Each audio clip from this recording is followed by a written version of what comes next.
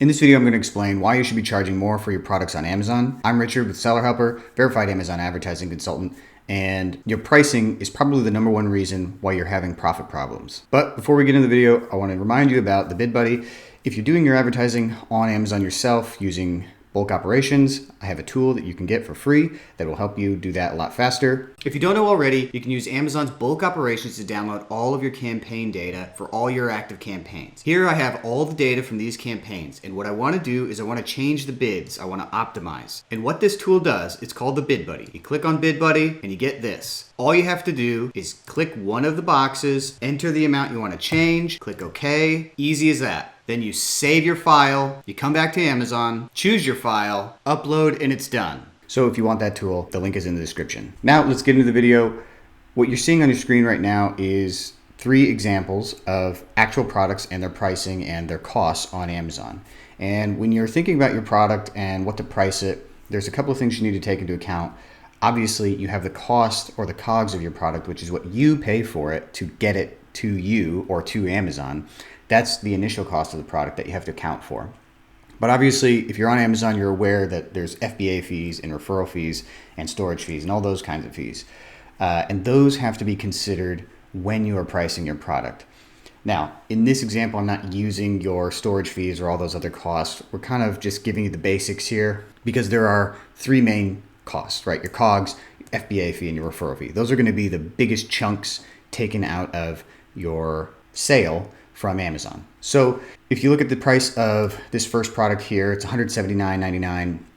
Its cost of goods is $53, $54, FBA fees $13, referral fee $27, and then it's net. So when you subtract COGS and FBA fees and referral fees from the price, it nets $85.93. And if you're doing your calculating using that net number, that might be why you're having some profit issues, because you need to account for the next biggest chunk of your cost that I think people tend to forget a lot, and that is returns. So in this case, this is a really high return rate product, 22%. You really need to pull that percentage out of your cost because it is a cost. So if you can see that the net minus the returns is actually only $46. And this is really the number that you need to be concerned about, because at a minimum, that number, the net minus returns, needs to be higher than your cost of goods if you want to have enough money to actually scale, to buy the next product. Essentially, that's what it means. Basically, whatever money you're left over with after you make the sale and pay for all the cost of the sale, whatever that is, if it doesn't cover your cost of goods, you're going to have a tough time, A, advertising, and B, buying the next product. Because if it doesn't at a minimum cover the cost of the next product, then whatever you spend on advertising is going to eat into that ability to scale. So in this example, you can see that they're negative $7. So this product can't even spend money on advertising because there's no margin left really to advertise with. In the next example, you can see this product, $39.95, cost of goods, $11.41. Pretty average FBA fees for a smaller product. And again, you can see that its net is $16.45, which looks good because it can cover the cost of goods, but it has a 9% return rate, and that drops its net down to $12.85, which is still more than its cost of goods, which is great, but that means they have basically $1.44 left over to spend on advertising, right? And so that's where you start to run into trouble, is when you think you're profitable because the math says you're profitable, but you're not practically profitable in the sense that you can't spend on advertising and have profit come in and be scalable. And if we look at the last product, this is a product with a much better cost of goods and 0% return rate. And so you can see they have tons of leverage. They can spend $11.92 per sale, 30% of their product costs they can spend on advertising and still be profitable enough to buy the next unit of inventory and scale. This is more the kind of situation you want to be able to be in, because this allows you a lot of flexibility not just with your advertising, but also your ability to scale the business. So if that hasn't quite convinced you that you need to raise your price, if we go to the profit tracker, we're going to use the first example. So we have a $179 product, and we're just using random numbers here. If you sell 100 units at $179 of that product, and the unit cost for that was $133.66, if you can see here, that's what the unit cost is. That's the cost of goods, FBA fee, referral fee, and then subtracting returns from that product, right?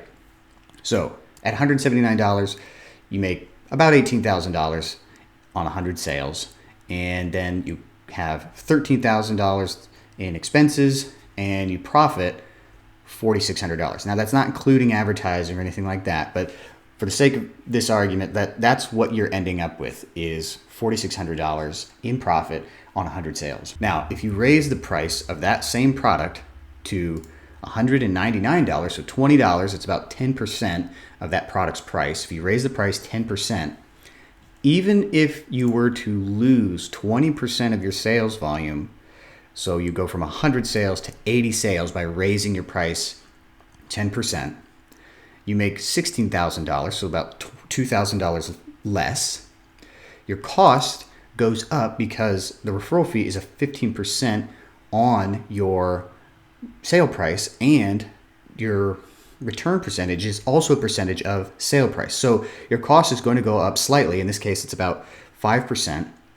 So even if you lose 20% of your volume, your cost goes up 5%, you still net more profit by raising your price that small amount. 3.5% more profit by raising your price and losing volume. Now, if let's say you only lost 10% of your volume, now you're talking about capturing way more profit. You're doing the same amount of sales. All that's happening is you're just keeping more money. Now, when you do raise your price, it's important to track it, and that's what this tracker is. It's important to track how that price change affects volume, because what you want to do is raise your price as high as you possibly can, generate as much profit as you possibly can. And with a simple tracking method like this, week over week, you can track how volume changes. Maybe it'll increase, maybe it'll decrease, but you basically want to raise your price until you stop seeing the profit that you keep increase, right? Once you start seeing profit go down as you raise your price, then you know to back your price up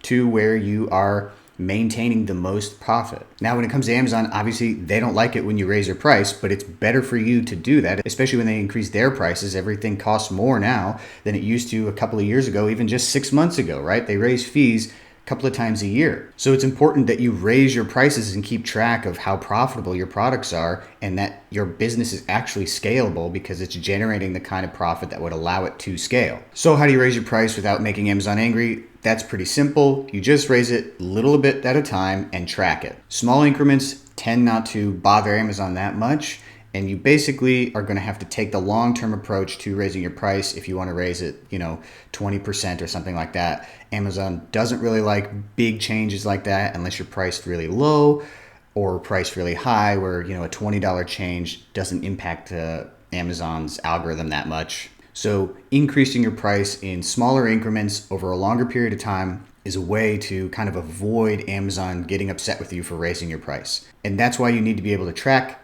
your price and track your volume simultaneously, which is what this sheet is. And if you want to use this sheet, I'm going to leave a link down in the description where you can actually get this sheet. You can track your pricing on this page by entering your information here, your price, your cost of goods, your FBA fees, and your return percentage. Everything else will be automatically calculated.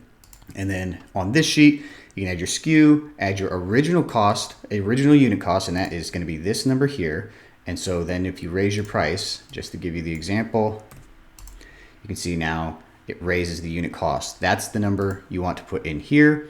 And then you just copy and paste your sales and your unit volume, and it'll do the rest. And like I said, you can get this in the link in the description. And if you are an Amazon seller that needs help with your advertising, you can always reach out to me directly by email or through the website at sellerhelper.com. Hopefully this was helpful, and if it was, please leave a like and subscribe, and I'll see you in the next one.